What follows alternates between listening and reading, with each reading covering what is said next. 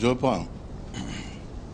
Chers compatriotes, c'est avec gravité et émotion certaine que je m'exprime aujourd'hui comme responsable politique, comme démocrate et républicain, mais avant tout comme malien. Notre pays connaît une situation de crise d'une extrême gravité.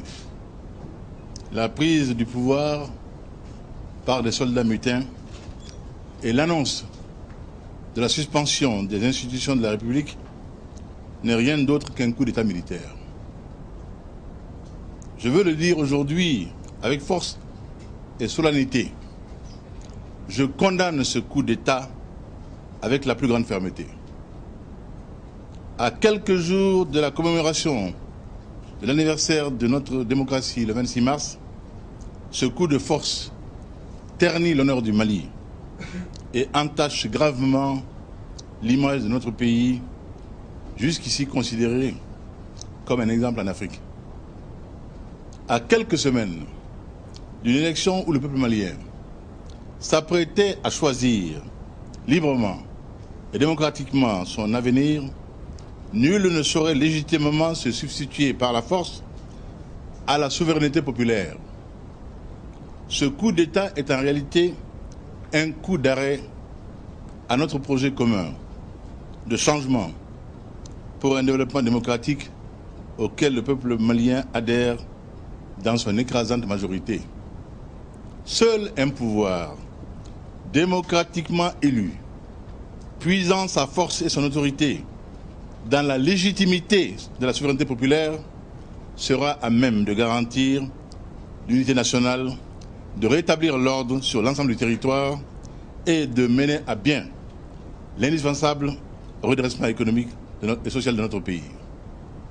En concertation avec les principaux acteurs civils et politiques, l'ordre constitutionnel doit être immédiatement rétabli.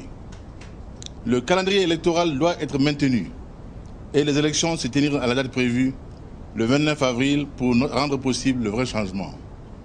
Un changement que seul un pouvoir porté par les urnes et non usurpé par les armes peut porter et mettre en œuvre.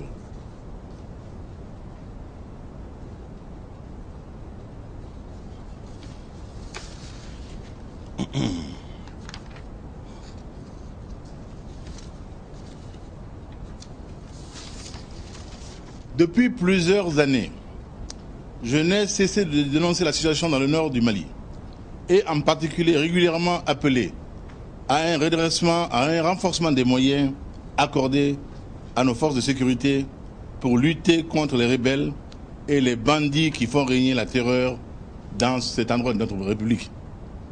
Je comprends donc le désarroi et la colère des soldats, mais l'armée doit, en toutes circonstances, garantir l'ordre constitutionnel. Soldats du Mali, c'est l'honneur de votre engagement et de votre mission. Par conséquent, je demande l'arrêt immédiat de toute violence, de tout tir, de toute arrestation et de tout acte de vandalisme. Officiers, sous-officiers, militaires du rang, forces armées et de sécurité, je vous demande de préserver à tout prix la vie de nos concitoyens civils et militaires sans exclusion. Sans exclusion. Je vous demande de libérer dans les meilleures conditions les personnalités arrêtées. Je vous demande de faire confiance au peuple du Mali pour que le changement que vous avez souhaité, que nous souhaitons tous, se fasse dans un cadre démocratique. Chers compatriotes, je vous demande d'aider le Mali, chers compatriotes soldats, je vous demande d'aider le Mali à sauver son honneur. Dans ces moments douloureux de la vie du Mali, il est très important que chacun d'entre nous garde son calme, que chacun d'entre nous reste digne. Il est indispensable que nous préservions l'essentiel, l'unité et la cohésion de notre nation.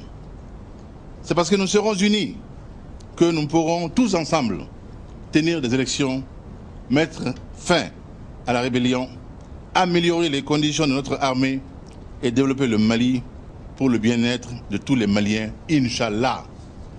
Vive la République, vive la démocratie.